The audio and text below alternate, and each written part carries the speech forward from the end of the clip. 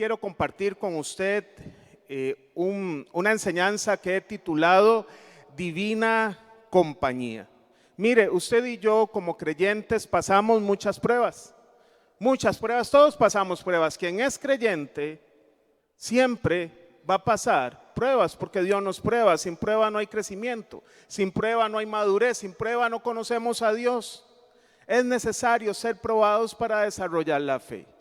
Pero cuando nos preguntan al inicio de la prueba, mira cómo te va con esa situación que está, nosotros decimos, mira, todo bien, todo lo puedo en Cristo que me fortalece.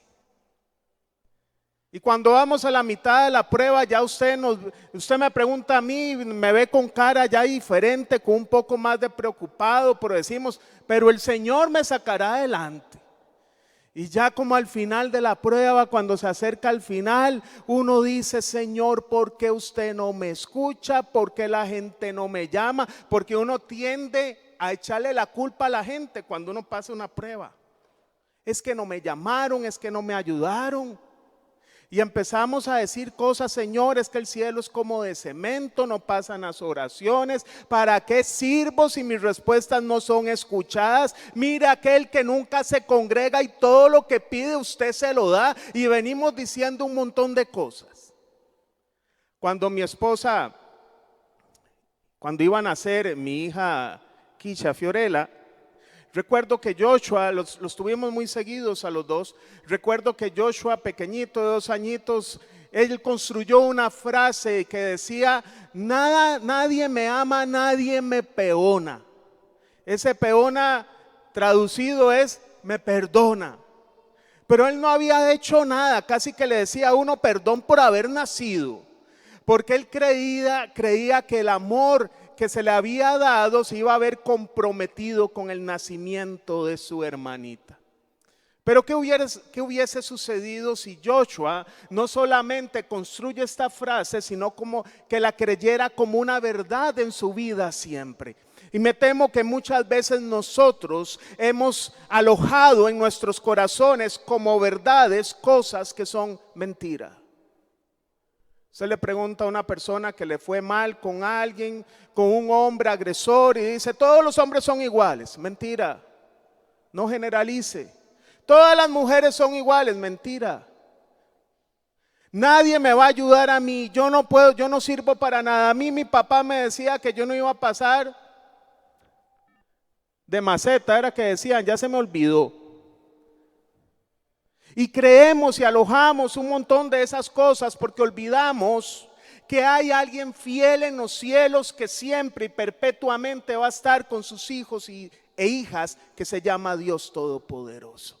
Y ponemos la mirada en las personas nos fallan y nuestras experiencias de vida las creemos y las proyectamos en Dios como que si Dios nos va a traicionar, nos va a fallar y va a hacer lo mismo que nuestras experiencias de vida nos dictan. Pero no, Dios sí es fiel. Dios siempre estará con nosotros. Dios nunca nos va a abandonar. Y aunque la cosa se vea, como decimos aquí, color de hormiga, el Señor siempre está a nuestro lado y nos sostiene de su mano. ¿Qué le parece si me acompaña a orar para poner la enseñanza de esta mañana?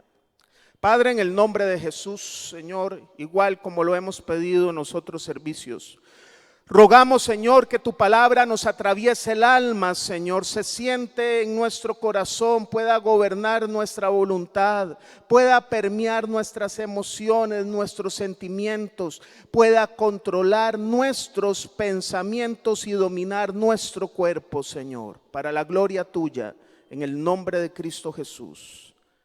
Amén. Hoy quiero ilustrar, si usted me lo permite, el tema Divina Compañía con una escena maravillosa en la cual el Señor Jesús se lleva a 3 de sus discípulos, a Pedro, a Jacobo y a Juan, se los lleva a un monte alto y se produce la famosa escena de la transfiguración. Acompáñeme por favor al libro de Marcos capítulo 9 versos 2 al 10, que es el texto central para la enseñanza de esta mañana. El evangelista Marcos capítulo 9 versos 2 al 10. Cita la palabra de Dios: 6 días después Jesús tomó consigo a Pedro, a Jacobo y a Juan. Y aquí le voy a pedir que tenga presente esos 6 días después, porque vamos a ver los 6 días antes. Y los llevó a una montaña alta donde estaban solos. Allí se transfiguró en presencia de ellos. Su ropa se volvió de un blanco resplandeciente como nadie en el mundo podría blanquearla. Y se les aparecieron Elías y Moisés, los cuales conversaban con Jesús. Tomando la palabra, Pedro le dijo a Jesús: Rabí, qué bien que estemos aquí. ¿Podemos levantar 3 albergues? Uno para ti, otro para Moisés y otro para Elías. Ay, Pedrito, ¿verdad? No sabía qué decir porque todos estaban asustados. Entonces apareció una nube que los envolvió, de la cual salió una voz que dijo: Este es mi Hijo amado, escúchenlo. De repente, cuando miraron a su alrededor, ya no vieron a nadie más que a Jesús. Mientras bajaban de la montaña, Jesús les ordenó que no contaran a nadie lo que habían visto hasta que el Hijo del Hombre se levantara de entre los muertos. Guardaron el secreto, pero discutían entre ellos qué significaría eso de levantarse de entre los muertos. Y me quiero detener primeramente para ver los 6 días antes, porque esta escena dice que ocurre 6 días después. Y vamos a ver 6 días después de qué. ¿Cuál es el punto de partida? Porque el Señor Jesús necesitaba primero clarificar algo a sus discípulos antes de poder transfigurarse delante de ellos. Entonces, previo a esta cena podemos, y en la cena propia podemos encontrar, a mi entender, 4 maravillosas verdades que nos ratifican la verdad, valga la redundancia, de que Dios siempre va a estar con sus hijos e hijas, siempre, en todo momento. Lo primero, la primera evidencia y verdad que quiero compartir con ustedes es que el Señor tuvo un amor sufrido. Y alguien que tiene un amor sufrido, un amor que estuvo dispuesto a morir, es alguien que indefectiblemente no nos va a dejar solos. Previo a esta escena, esos 6 días antes, el Señor lo que hace es proclamarles, darles la noticia de que Él iba a morir. Esta era una escena o un mensaje que muy pocos estaban dispuestos a escuchar. Israel esperaba a un Mesías que le liberara de la opresión del imperio romano, tal cual Moisés lo hizo como instrumento del Señor para liberar a Israel de Egipto. Ellos esperaban un segundo Moisés, un Mesías que los pudiera llevar a una victoria política, religiosa y militar. En las 3 sectas que dominaban en Israel, los fariseos, los saduceos y los celotes, ellos esperaban un Mesías de esta forma, cada uno según su filosofía de vida. Sin embargo, se encuentran con un Mesías que desde que lo anunció Juan el Bautista dijo: he aquí el Cordero de Dios que quita el pecado del mundo. Era un Mesías que no solo no los iba a liberar tanto de lo militar, sino de algo más difícil e imposible, de la maldición del pecado. Pero no lo pudieron ver. Y tras de eso Juan les dijo: el cordero, ellos sabían que era un cordero, un animal creado para que los animales perfectos, los corderos perfectos, fueran sacrificados como expiación de los pecados. Entonces Juan les dijo: aquí hay un Mesías, pero este Mesías no es como el que usted espera. Es un Mesías que va a tener una labor más grandiosa, porque va a quitar no solo el pecado de Israel, sino que le va a dar esperanza a todo el mundo. Quita el pecado del mundo. Por eso un cordero viene a morir. Y Marcos 8:31, precisamente 6 días antes, el Señor les dijo, luego comenzó a enseñarles: el Hijo del Hombre tiene que sufrir muchas cosas y ser rechazado por los ancianos, por los jefes de los sacerdotes y por los maestros de la ley, es necesario que lo maten y que a los 3 días resucite. Yo no sé usted, pero yo me pregunto cómo es posible que alguien que anuncia que viene a hacer el bien, que hizo tantos milagros, cómo alguien que solo buscó el bien de la humanidad iba a ser rechazado por la gente más adoctrinada de la palabra en aquel momento, los ancianos, los jefes de los sacerdotes. Y es por una razón sencilla. Porque el único camino para llegar al Padre era y es Cristo Jesús. Pero ellos no iban a estar dispuestos a dejar sus caminos por seguir el camino de Jesús. Y esa es la primera idea de amor que quiero compartir con ustedes. Amar significa, cuando yo digo amo a Dios, significa que estoy dispuesto a dejar mis caminos por caminar en el camino de Jesucristo. Hoy, en la generación que vivimos, en nuestra generación contemporánea, se ha creído que amor y amar tienen que ver con la satisfacción de mis deseos y caprichos. Es la idea que si me dejas seguir mi camino, aunque sea contrario a la voluntad de Dios, realmente me amas. Y creo que ese era uno de los conceptos que nuestro Señor nos quería enseñar, repito. Que el verdadero concepto de amor a una humanidad que no quiere recibirlo es el concepto de amor que rescata, que proviene, que advierte que nuestro camino lleva a la muerte, pero Jesús es el camino, el único que da vida.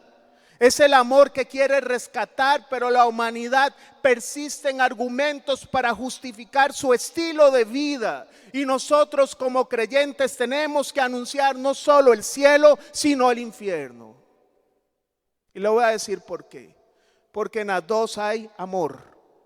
Cuando usted da esperanza, dice hay un cielo preparado que antes estaba cerrado, pero ahora está abierto por la carne de Jesús que fue molida por su sangre. Tenemos acceso por la fe en Cristo Jesús.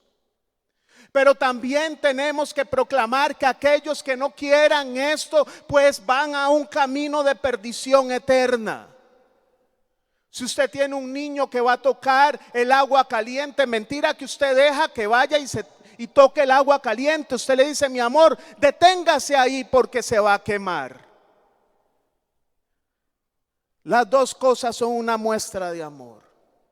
Tenemos que cumplir una misión de decirle a la gente, el infierno no fue hecho para usted. Sin embargo, si usted no decide dejar sus caminos, lastimosamente esto le espera.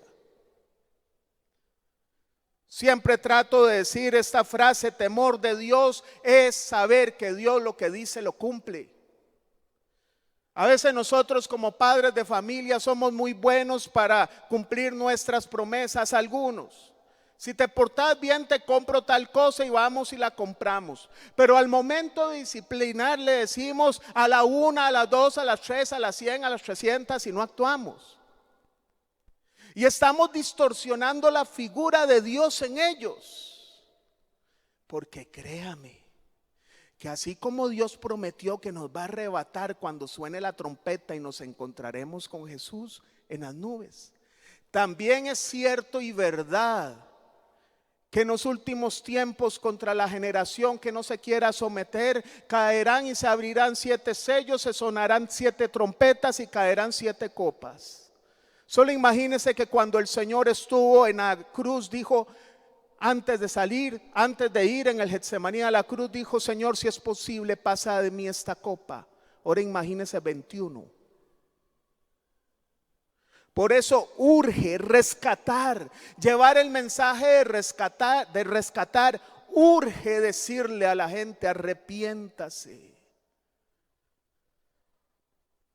En Marcos 8:34, el Señor en esos mismos 6 días antes dijo, este amor sufrido no es exclusivo para mí, sino para todos aquellos que elijan ser mis discípulos. Marcos 8:34 dijo, entonces llamó a la multitud y a sus discípulos, si alguien quiere ser mi discípulo, les dijo, que se niegue a sí mismo, que deje su camino, que deje lo que creía, que no era por donde él andaba. Lleve su cruz, muera a sus argumentos, a su estilo de vida pasado y me siga. Y nos advirtió también en esos 6 días, en Marcos 8:38, si alguien se avergüenza de mí y de mis palabras en medio de esta generación adúltera y pecadora, también el Hijo del Hombre se avergonzará de él cuando venga en la gloria de su Padre con los santos ángeles. ¿Sabe? El amor de Dios significa que Dios eternamente se ha dado por los demás. Primer concepto de amor: amar a Dios implica que dejo mi camino, me someto a Él para que Él me transforme y poder caminar en su camino. Y el segundo concepto de amor, de un amor sufrido, es que a pesar que somos rechazados, Dios nos manda a darnos también por los demás, así como Él se ha dado eternamente por otros. El amor de Dios, siempre que está inherente en nosotros como creyentes, nos debe dar una razón válida, suficiente para darnos por otros. Sin embargo, nuestra naturaleza humana no está dispuesta a darse enteramente por otros, sino recibir de otros. Por ello, no solo renunciar a nuestros caminos, sino la idea de entrega por otros provoca rechazo por el evangelio. El ser humano no está dispuesto ni a dejar su camino ni a darse por otros. Pero cuando experimentamos el amor de Dios, nos entregamos a Él, renunciamos a nuestros caminos para seguir a Jesús, y el Señor sí o sí nos va a acompañar porque Él nos lo prometió. Y en los momentos de rechazo, el amor de Dios nos cubrirá, porque nadie sabe más que Jesús el verse rechazado por amor. Dios nos manda a darnos por los demás. Si usted va a su casa y ya está su esposa enferma o papá está enfermo y los hijos dicen: ay, que todo esté sucio, yo no me voy a levantar, que mi mamá cuando se recupera, no les estamos enseñando el concepto de amor. Si no se entregan por mamá y papá, ¿cómo se entregarán por gente que no conocen? Tenemos que educarlos, ejercitarlos en el amor. Los cónyuges, aprendamos a respetar, hombres, a nuestras esposas, a darnos por ellas, a servirles. Igual las mujeres. Porque si no aprendemos esto en casa, ¿qué evidencia le vamos a dar a quien no conoce que el amor de Dios mora en nosotros? Bien lo dijo el Señor: por sus frutos lo conocerán. No por cómo habla, no por qué carga que es, no como viste, no por el carro que tiene, no, por los frutos, por el fruto del Espíritu. Juan 15:10 dice: si obedecen mis mandamientos, permanecerán en mi amor, así como yo he obedecido los mandamientos de mi Padre y permanezco en su amor. Sí, ese sí es condicional. Si obedecen, permanecen, si no, no. Primera Juan 3:16, Juan 15:10 habla de dejar mi camino para obedecer a Dios. Primer concepto de amor. El segundo, darse por los demás, Primera de Juan 3:16. En esto conocemos lo que es el amor, en que Jesucristo entregó su vida por nosotros. Eso todos lo sabemos. Pero prosigue Juan: así también nosotros debemos entregar la vida por nuestros hermanos. El Señor dejó clara la idea correcta de amor antes de producirse el episodio de la transfiguración. Antes de llevárselos al monte, era necesario que entendieran este concepto para poder entender la escena que seguía. Entonces recuerde, para todos aquellos nacidos y nacidas de nuevo, que somos santos imperfectos, pero santos por la obra del Señor, que nos va transformando poco a poco, tenemos una promesa: que aquel que nos amó hasta la muerte no va a faltar en acompañarnos. Cuando vamos propiamente a la escena de la transfiguración, vemos y afirmamos el segundo punto: Él nos prometió compañía.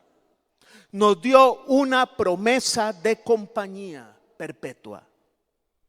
En esta transfiguración que leímos en Marcos 9, 2 al 10, aparece Elías, Moisés y Jesús. Moisés, el receptor de la ley, y Elías, un profeta reconocido en el Antiguo Testamento y por el pueblo de Israel. Moisés representa la ley y Elías representa los profetas, que era la palabra del Antiguo Testamento, la ley y los profetas, y en ellos en el centro irrumpe Jesús.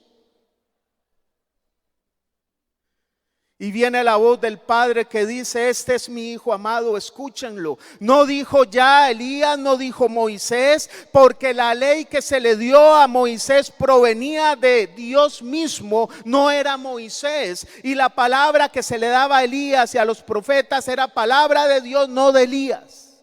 Pero sin embargo ahora Dios mandó su palabra viva a través de Jesucristo. Ya no necesitaba un intermediario, un profeta, ni un receptor de la ley. Jesús mismo estaba ahí, la palabra viva. Él es Dios, Él vino con Dios hecho carne. Ahora Él hay que escucharlo porque Él es la palabra. El relato cuenta cómo Pedrito dice: bueno, vamos a construir 3 albergues, uno para Elías, uno para Moisés y uno para Jesús. ¡Ah, caramba! ¿Cuántos de nosotros podemos perder la perspectiva en Cristo por poner las miradas en otras cosas y las ponemos al igual que Jesús? No había que hacerle un albergue a Elías ni a Moisés, solo a Cristo. Pero a veces ponemos en la misma dimensión a personas y a cosas.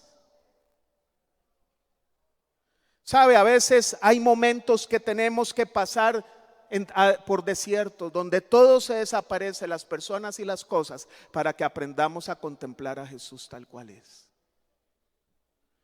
Me decía un amigo misionero: sabe, aquí en Occidente es muy difícil que pasen milagros, no porque Dios no quiera, es porque aquí a alguien se le acaba el arroz, los frijoles y no tiene plata, toma su tarjeta de crédito y va y la pasa y compra su arroz y sus frijoles y da la famosa frase que decimos en Tiquicia, que es un 90% mentira, porque más de 1 millón de millones de colones en saldos de tarjeta de crédito lo evidencian.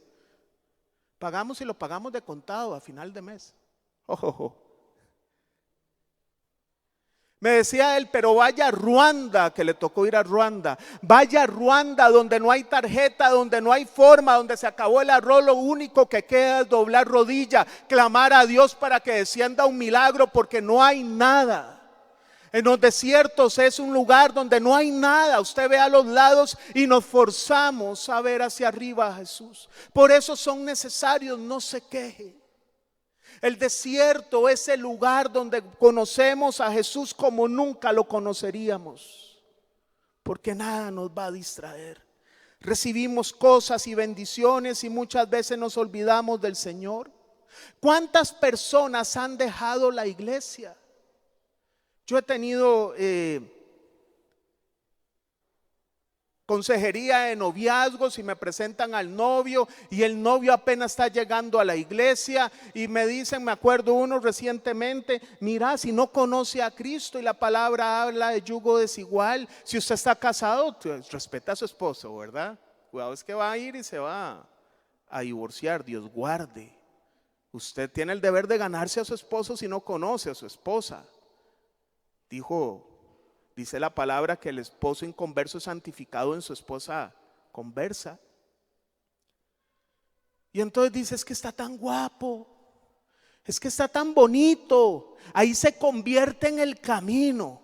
Ay, bomboncito, ¿ah? Y pasa el tiempo y ya no la veo aquí, se fue. Porque en lugar de convertirse él a Cristo, ella se convirtió a los caminos de él. Cuando el Señor dice no por algo, dice no. Nosotros no somos más sabios que Dios. Es porque pusimos a Elías y a Moisés junto con Jesús y se nos olvidó que solo Jesús. Es lo que yo llamo también cuando dicen, bueno, es que hoy no me vuelvo a congregar porque es que tenemos un día de familia. Y resulta que todos los domingos son día de familia. Y es lo que yo llamo el equilibrio desequilibrado. Porque en la fórmula de equilibrio excluyo a Dios. Pero Dios entiende, yo me tengo que dar con la familia. Pero ¿con qué fuerza espiritual vas a gobernar tu casa? Con ninguna. Se te va a ir cayendo a pedacitos. ¿Sabe? El Salmo 121, 1 y 2, un cántico de los peregrinos, decía en versión Reina Valera, muy conocida: alzaré mis ojos a los montes, ¿de dónde vendrá mi socorro? Mi socorro viene de Jehová, que hizo los cielos y la tierra. Los montes eran los lugares altos donde los antiguos judíos iban y ofrecían sacrificios a dioses ajenos. Y ellos decían una verdad: no es en otro Dios, no es en otras cosas, no es en esos lugares de adoración en los montes altos, es arriba donde viene mi socorro del Señor Jesús. Es ahí. El Señor era mejor que la ley y es mejor que la ley y los profetas. Él es el Rey de Reyes que descendió. Es el sumo sacerdote que se ofreció el sacrificio, y el sacrificio era Él mismo. Él es el profeta que no necesita tener revelación porque Él mismo es la palabra viva, porque es Dios. A Él tenemos enfrente, a Él tenemos que clamarle. Él nos va a abrazar, Él nos va a acompañar, Él sí va a responder, Él no nos va a cobrar facturas, Él sí nos va a sacar adelante. Lo que sucede es que a veces nos falta esa intencionalidad de buscar a Dios para ir a su abrazo. Pero Dios está ahí. Él prometió estar con todos aquellos y aquellas que reciban su amor y ejerzan este amor dándose por otros. El Padre Celestial dice: no es otra persona ni otra cosa, a Él escúchenlo, a Él escúchenlo. Siempre decimos en esta casa, cuando aquí nos subimos a enseñar, revísenos a ver si lo que estamos enseñando está en la palabra. Porque hoy en día a veces usted oye cosas y la gente responde un amén a una barbaridad. Gracias a Dios aquí no. Mateo 28, 19 al 20 dice: por tanto vayan y hagan discípulos de todas las naciones, bautizándolos en el nombre del Padre y del Hijo y del Espíritu Santo, enseñándoles a obedecer todo lo que les he mandado a ustedes, y les aseguro que estaré con ustedes siempre hasta el fin del mundo. ¿Con quién va a estar el Señor? Con todos. ¿Con quién va a estar el Señor? Con los que hacen discípulos. No es con todos. Y les aseguro, tenemos la seguridad que Él va a estar con nosotros. Lo tercero que veo es una esperanza de eternidad. Una esperanza de eternidad.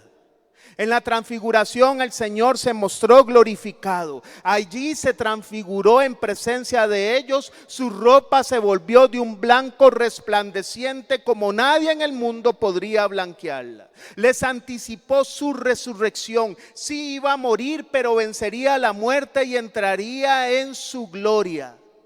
Entonces, cuando usted se sienta solo, sola, sepa que su Señor resucitó. Que Él no está muerto, que Él está vivo, que Él está en nuestro lado, que Él nos sacará adelante. Quien nos sustenta vive, quien nos sana vive, nuestro proveedor vive. Quien es capaz de hacer lo imposible posible vive, y vive en nosotros, porque usted y yo fuimos hechos templo del Espíritu Santo. Lucas 12:15 dice algo interesante. En medio también de muchas doctrinas hoy en día que hablan que la evidencia de que alguien está con Cristo es alguien que acumula bienes, es alguien que Dios lo prospera mucho. Eso es algo que no es correcto. Lucas 12:15 dice: tengan cuidado, ojo, advirtió a la gente, absténganse de toda avaricia. La vida de una persona no depende de la abundancia de sus bienes. Más claro no puede estar. El hecho que usted no tenga riqueza no significa que Dios no está con usted.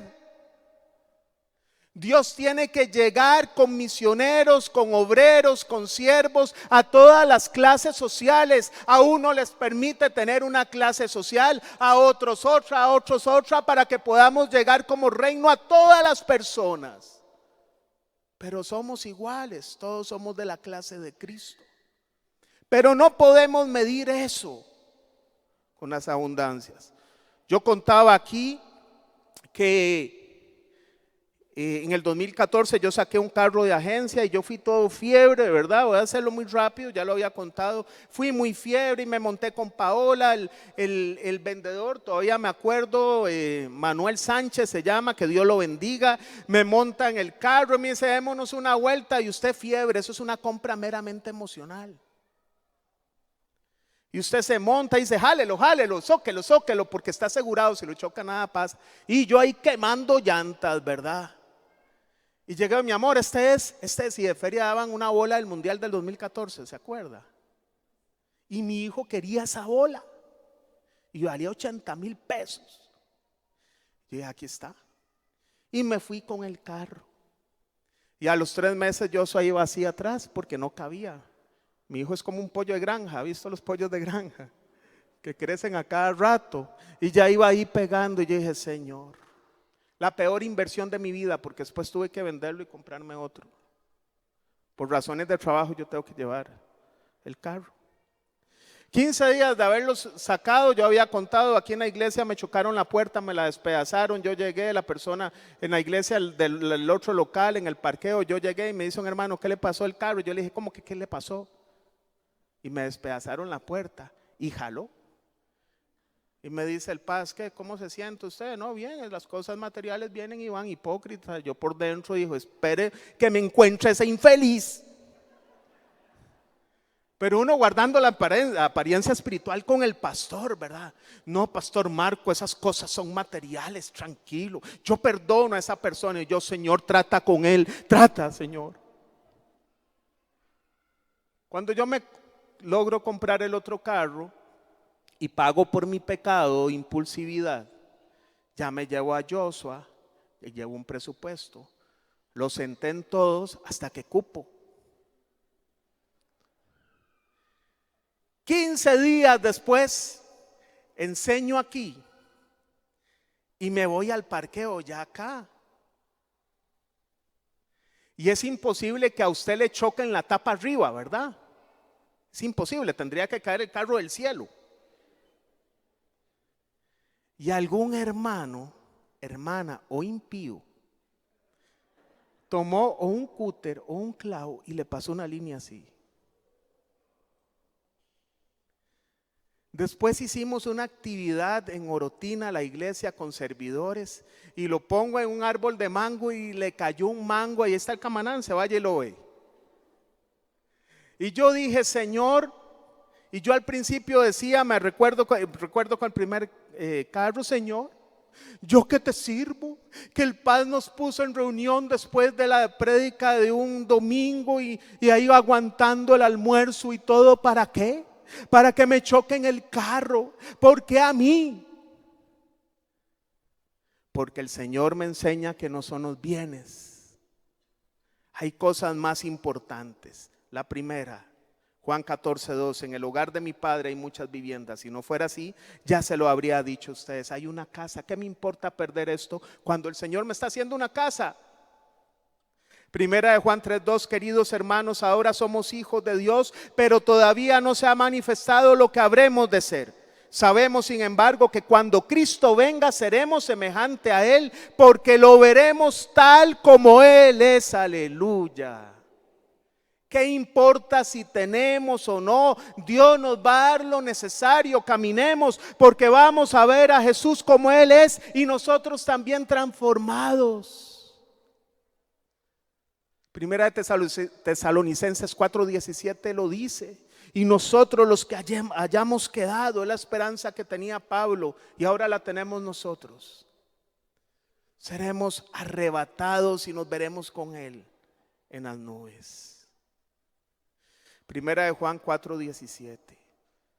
Ese amor se manifiesta plenamente entre nosotros para que en el día del juicio comparezcamos con toda confianza, porque en este mundo hemos vivido como vivió Jesús. En el amor no hay temor. Ayer iniciaba a nivel 4 con los amigos de discipulado, Apocalipsis, y la primera pregunta, ¿qué representa? Bueno, no Apocalipsis, escatología, tiene muchos libros de la Biblia que hablan de escatología. ¿Qué representa para usted Apocalipsis? Miedo. Ay, a mí no me gusta leerlo porque encuentro muchos juicios. Y entonces les hacía esta pregunta: ¿el Señor borró su pecado? Sí. Repasando nivel 1. Y si el Señor borró su pecado, ¿qué evidencia va a haber contra usted en un juicio? Ninguna. Entonces vaya confiado. El libro de Apocalipsis y cualquier libro de escatología es un libro de esperanza, de vida eterna para el creyente. Y el último punto que quiero ver con usted rápidamente en 5 minutos es una escogencia irrazonable. Y tiene que ver con que el Señor, nosotros no hicimos ningún mérito para que el Señor nos escogiera. No entiendo el amor de Dios. Posiblemente yo hoy me pregunto: Señor, ¿por qué me escogió a mí? Y también mi esposa le dice al Señor: sí, Señor, ¿por qué lo escogió a él? Pero el Señor nos escogió. En la transfiguración mostró quién era, Dios mismo, pero la transfiguración finalizó. Él está resplandeciendo, desaparece Elías, Moisés, y Él vuelve a su normalidad. Él pudo haber quedado en su gloria, pero decidió volver porque dijo: tengo que morir por la humanidad. Tengo que morir por amor. Sin cruz no hay eternidad. Sin cruz no hay eternidad. Era necesario morir. ¿Cómo nos vamos a sentir solos si Jesús nos ama de esta manera? ¿Cómo nos sentiremos solos si el amor de nuestra vida vive y está con nosotros? Juan 15:13 dice: nadie tiene más amor más grande que el dar la vida por sus amigos. Romanos 5:8: pero Dios demuestra su amor por nosotros en esto, en que cuando todavía éramos pecadores, Cristo murió por nosotros. ¿Hay alguna duda de que Cristo está con nosotros? Y termino con 2 citas. El apóstol Pablo, en esta cena que le voy a leer, él va y se despide de los ancianos de la iglesia de Éfeso. Éfeso es el lugar donde más tiempo se invirtió Pablo. 3 años, casa por casa, le predicó a todos los habitantes de esa ciudad, aunque parezca difícil de creer. Y él cita a los ancianos de Éfeso en la isla de Mileto para despedirse. Y vea la despedida. Hechos 20, 36, 38, versión Reina Valera, lo voy a leer. Cuando hubo dicho estas cosas, se puso de rodillas y oró con todos ellos. Entonces hubo gran llanto de todos, y echándose al cuello de Pablo le besaban, doliéndose en gran manera por la palabra que dijo, de que no verían más su rostro, y le acompañaron al barco. La gente se tiró al cuello de Pablo llorando, imagino como que si se fueran a morir. Pablito, ¿por qué se va? Nosotros lo queremos mucho, usted significa mucho para nosotros. Y uno de los últimos textos escritos por Pablo en 2 de Timoteo 4, 16, 17, ojo el discurso. En mi primera defensa ninguno estuvo a mi lado, sino que todos me desampararon. No les he tomado en cuenta. ¿Dónde estaban todos aquellos que se le guindaron del cuello? Pero el Señor estuvo a mi lado y me dio fuerzas para que por mí fuese cumplida la predicación y que todos los gentiles oyesen. Así fui librado de la boca del león, y el Señor me librará de toda obra mala y me preservará para su reino celestial. A Él sea gloria por los siglos de los siglos. Amén. Un cristiano se conoce cuando, a pesar que le falten las cosas y las personas, permanece en el camino, porque saben quién ha creído en Jesús. ¿Puede ponerse de pie, por favor? Mientras usted ahí medita en esta palabra, y le invito a cerrar sus ojos para que nadie lo distraiga, le cuento a algunas personas mientras oramos, y le voy a pedir que abrace a su burbuja. Porque nosotros somos instrumentos de Dios para sentir acompañados a otros. Y si usted en casa, en lugar de ser un instrumento para sentir acompañada a su familia o acompañado a su familia, usted ha sido un instrumento más bien que se ha aislado, es momento de abrazar. Es momento de decir: perdóname. Es momento de decir: mire, yo no quiero ser paja, yo quiero ser verdad. Yo quiero ser, y levante su mano, instrumento tuyo, Señor, para que otros sientan tu amor. Primero en casa, porque si no lo logramos primero en casa, no lo vamos a lograr afuera. El Antiguo Testamento, en Reyes, había una viuda muy conocida, no lo vamos a leer. Y esta viuda, su marido era de la comunidad de los profetas, su marido muere, pero este marido había tenido una deuda muy grande. Al morir dejó la deuda, y en ese momento la forma de cobrarse los acreedores era llevarse a los hijos como esclavos. Esta mujer desespera: ¿y ahora qué va a pasar? En eso llega el hombre de Dios, Eliseo, y le dice: ¿qué tienes, mujer? Yo tengo una vasija con aceite. Llama a tus hijos, pidan a todos los vecinos, a todo lado, vasijas. Y el Señor usa a Eliseo y empieza a llenar el aceite en todas las vasijas. Y le dijo: ve y vende todo este aceite, paga tu deuda, y lo que quede, vive con ello. Esta mujer había quedado sola de su marido, pero no de Dios. Ella no estaba sola. Un centurión, su amado criado, estaba muy enfermo de muerte, pero él se topa con Jesús y le dice: no es necesario que vayas, maestro, di una palabra y mi siervo sanará. El Señor se maravilla. Él descubrió que a pesar de su situación compleja no estaba solo, Jesús estaba con él. Y una mujer cananea, que su hija estaba muy enferma, y por ser extranjera los judíos decían: esta mujer no tiene derecho, ni los apóstoles. El mismo Señor le responde: pero mujer, el pan es para los hijos, no para los perrillos, porque quería mostrar la fe de esta mujer delante de sus discípulos. Y esta mujer contesta algo maravilloso: sí, Señor, pero aún los perrillos esperan las migajas. Esta mujer lo que le dijo: solo necesito una migaja tuya para que mi hija sea sana. Y el Señor se maravilló y le dijo: ve, mujer, tu hija ha sanado. Esta mujer descubrió que no estaba sola. En un momento donde no tenía personas, cosas, era impotente ante la situación, sabía que no estaba sola. Jesús estaba ahí.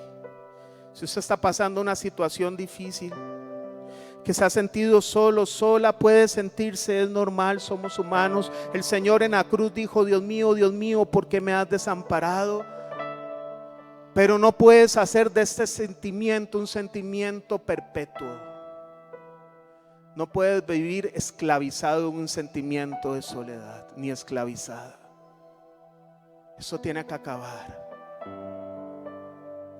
Y hay una verdad que viene, que Él está con nosotros, que Él te abraza, que aún Él tiene contado cada uno de sus cabellos, que sabes cuánto tiempo vas a estar en la tierra, y aún sabe de las cosas que tienes necesidad aún antes de que las pidas. Y Él te ama. Él no te va a traicionar. Él no te va a desechar. Él solo nos dice ven. Y te dice no se turbe su corazón ni tenga miedo. Y nos dice sí, en el mundo tendrán aflicción, pero confíen, yo he vencido al mundo. Ustedes son más que vencedores en Cristo Jesús. Mayor es el que está en ustedes que el que está en el mundo. Yo te tengo escondido, escondida en el hueco de mi mano. Los que están en mi mano, mi Padre me las dio, dijo Jesús, y nadie me las va a arrebatar. Él está con nosotros. ¿No te has dado cuenta? Por aún en las noches el Señor ha acariciado tus cabellos para que concilies tu sueño. Y cuando has sentido que no has podido, el Señor te ha llevado en su regazo. Y usted dice, ¿cómo estoy yo aquí después de lo que he pasado? Es porque su diestra nos ha sostenido.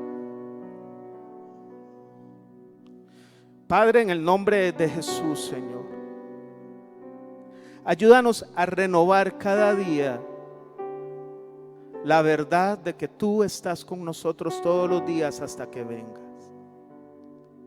Y que cuando todo sea despojado o quitado, Señor, entendemos que esto va a pasar, que es temporal, que usted va a venir en nuestra salvación, en nuestro auxilio, que podemos hallarte y entrar al trono de la gracia, donde hallaremos el oportuno socorro. Oportunamente nos vas a sacar adelante.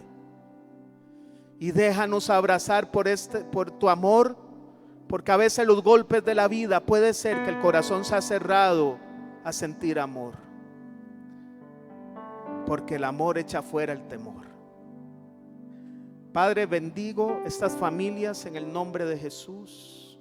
Cada amigo, amiga que nos visita, si usted que nos visita quiere experimentar a Jesús en el corazón, y usted dice, pero ¿cómo voy a dejar mis caminos de la noche a la mañana? Por eso no se preocupe, no es usted ni yo, es Dios el que nos ayuda y el que lo hace. Y le invito a que le diga, Señor, reconozco que soy pecador, reconozco que he pecado, perdóname, me arrepiento, sé que tu sangre me limpia de todo pecado y de toda maldad. Hoy te pido que seas el Señor de mi vida. Hoy creo que vas a volver por mí. Hoy creo que hay una morada para mí en el cielo. Padre, gracias te doy. Que tu paz les acompañe y que les lleve bien a sus hogares, en el nombre de Cristo Jesús. Amén. Que Dios los bendiga.